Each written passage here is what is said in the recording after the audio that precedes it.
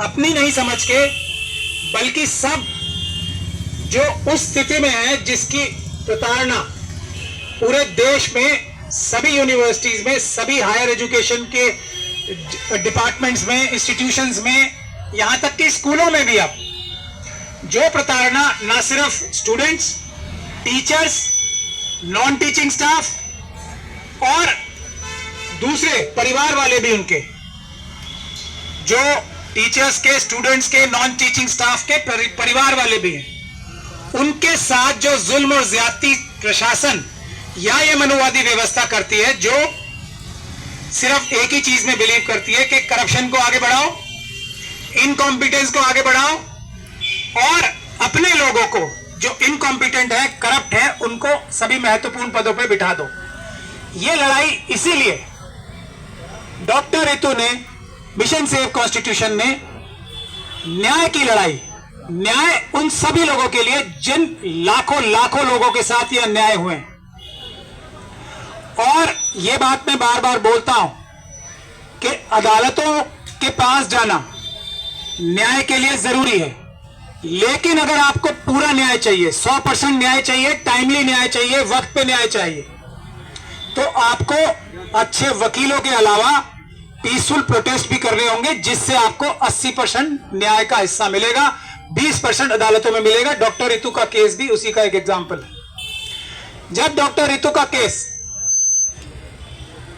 जिस भी वजह से हाई कोर्ट से खारिज हो गया था, तो ज्यादातर लोगों ने क्या सोचा होगा और क्या समझा होगा कि ये तो चैप्टर बंद हो गया, एक और शिकार मनुवादियों ने एक मेधावी टीचर का कर लिया, एक अच्छे होनहार टीचर का शिकार डॉक्टर रितु के रूप में मनुवादियों ने एक और कर लिया। लेकिन 80% प्रोटेस्ट और 20% कोर्ट की कार्रवाई से न सिर्फ प्रिंसिपल के खिलाफ, रजिस्ट्रार के खिलाफ, चेयरमैन दौलत राम के खिलाफ और अब यूनिवर्सिटी के वाइस चांसलर के खिलाफ, प्रॉक्टर के खिलाफ एफआईआर दर्ज हो चुकी है। प्रिंसिपल और रजिस्ट्रार के खिलाफ तो चार्जशीट भी फाइल हो चुकी है अदालतों में। किस बात की? कि उन्होंने फर्जी डॉक्यूमेंट्स, टिकैत साहब से मैं ये गुजारिश करूंगा कि फर्जी डॉक्यूमेंट प्रिंसिपल ने बनाए डॉक्टर रितु को निकालने के लिए, क्योंकि और कोई तो तरीका था नहीं निकालने का। अच्छा पढ़ाती थी, सब स्टूडेंट्स भी लाइक करते थे और उनके स्टूडेंट्स के रिजल्ट भी बहुत अच्छे और जबरदस्त आ रहे थे। अब निकाले कैसे? निकालना तो है, ये पहले तय कर लिया निकालना है, रीजन वजह बाद में ढूंढनी है, नहीं है तो कोई रीजन और वजह बनानी। ये है डॉक्टर रितु का केस, जो इस दिल्ली यूनिवर्सिटी में और देश की हर एक यूनिवर्सिटी में रोज SC, ST, OBC और माइनॉरिटीज के लोगों के साथ हो रहा है। तय है अगर किसी तरीके से गलती से घुस गए, बहुत ज्यादा पढ़े लिखे मेधावी हो, तो तुम्हें निकाला जाएगा। आज नहीं तो कल निकाला जाएगा, किसी तरीके से भी निकाला जाएगा। ये डॉक्टर रितु का केस है। तो ये केस अगर हम जीतते हैं तो हमें सिर्फ डॉक्टर रितु की नौकरी नहीं चाहिए, हमें चाहिए उन सभी व्यक्तियों की नौकरी जिनको आज तक इस तरीके से निकाला गया होगा, एक बात। और हमें चाहिए वो सभी लोग जेल में, चाहे वाइस चांसलर बैठे हैं यहां पे ये हो, चाहे प्रॉक्टर साहिबा हो, चाहे प्रिंसिपल साहिबा हो, चाहे रजिस्ट्रार साहब हो, ताकि एक मिसाल कायम हो जाए कि अगर कोई मजलूम लोगों के साथ, SC, ST, OBC और माइनॉरिटीज के लोगों के साथ ऐसा करेगा तो वो जेल में मिलेगा। ये हमारी मांग है। इससे पहले, इसके अलावा कोई भी बात पे बहुत सारे लोग आ रहे हैं, तरह तरह के शक्ल में, तरह तरह के रूप में, मदद करने के बहाने से भी आ रहे हैं, ये बोलने के हम आओ तुम्हारा कॉम्प्रोमाइज कराते हैं। कॉम्प्रोमाइज कराने की पहली शर्त यह है और कॉम्प्रोमाइज कराने की दूसरी शर्त यह है कि जो अभी दिल्ली यूनिवर्सिटी में प्रोफेसर रतन लाल यहां बैठे हैं, जो पैसे रिश्वत लेके बेईमान, करप्ट, इनकॉम्पिटेंट लोगों को प्रोफेसर्स बनाया जा रहा है, उन सबकी नौकरियां जाएंगी। और वो लोग जो पहले से यहां एडहॉक पे बैठे थे, और ये पूरी दिल्ली यूनिवर्सिटी की बात नहीं है, पूरे देश में यही हो रहा है, और जो एडहॉक पे सालों साल से पढ़ा रहे थे, उनकी नौकरियां पक्की की जाएंगी। अगर इंटरव्यू लेना है तो इंटरव्यू लाइव टेलीकास्ट होगा। आजकल सुप्रीम कोर्ट और दूसरे हाई कोर्ट की जो प्रोसीडिंग है वो लाइव पूरी दुनिया के देखने के लिए लाइव स्ट्रीम होती है। तो इंटरव्यू में ऐसा कौन सा प्रोफेसर साहब राज की बात पूछते हैं, जो दुनिया देख लेगी तो बड़ा नुकसान हो जाएगा। पूछते हैं सर, कितनी देर से शाखा चला रहे हो, कितनी देर से संघ के अंदर हो, कहाँ से नाम तो है? कितने पैसे लाए हो, कितने पैसे संघ में पहुंचाए हैं? मैं तो खुलेआम ये बातें बोल रहा हूं। संघ के कार्यालय में कितने माल पहुंचाए, ये भी हो रहा है। जो मनुवादियों में से भी चुना जा रहा है ना, वो भी पैसे लेके।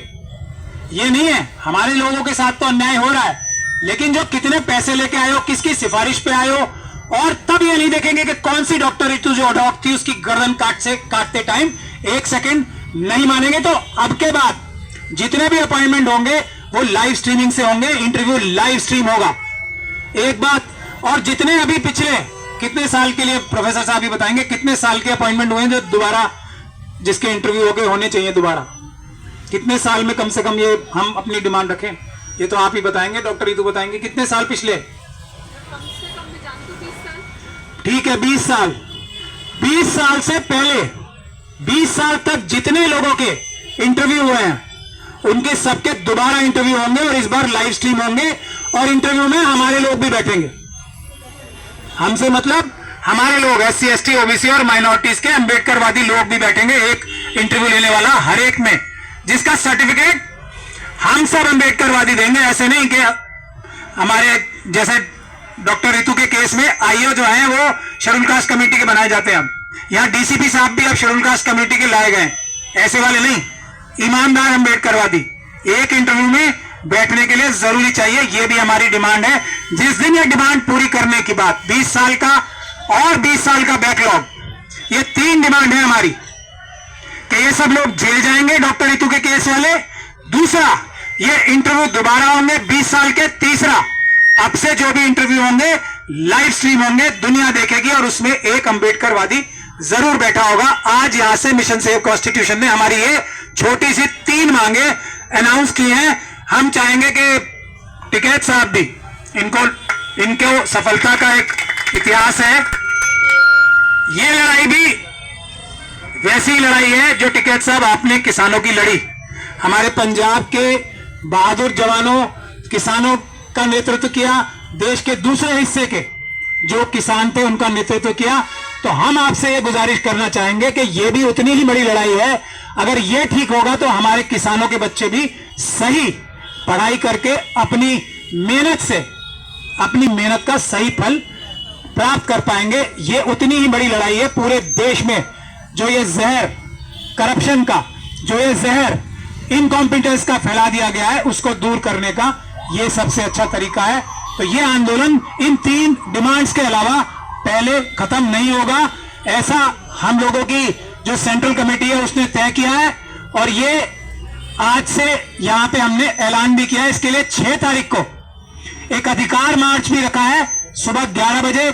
मैं सभी आप प्रेस के लोगों के माध्यम से सभी जो ऑर्गेनाइजेशंस हैं जो इसमें हिस्सा लेना चाहती हैं, कल शाम को 5 बजे एक मीटिंग भी हम लोग रख रहे हैं कि 6 तारीख के प्रोग्राम को कैसे बड़े से बड़ा और सफलतम से सफलतम बनाया जाए। मैं सभी लोगों से गुजारिश करता हूं कि इस आंदोलन को पूरी ताकत लगा के, जहां अपने घरों में बैठ के भी सोशल मीडिया के जरिए अपने अपने क्षेत्र में छोटे छोटे प्रोटेस्ट करके, और यहां पर कल आके 6 तारीख का प्लान बनाने के लिए भी हम लोग सबको दावत देते हैं। बहुत बहुत शुक्रिया। जय भीम, जय भारत, जय संविधान।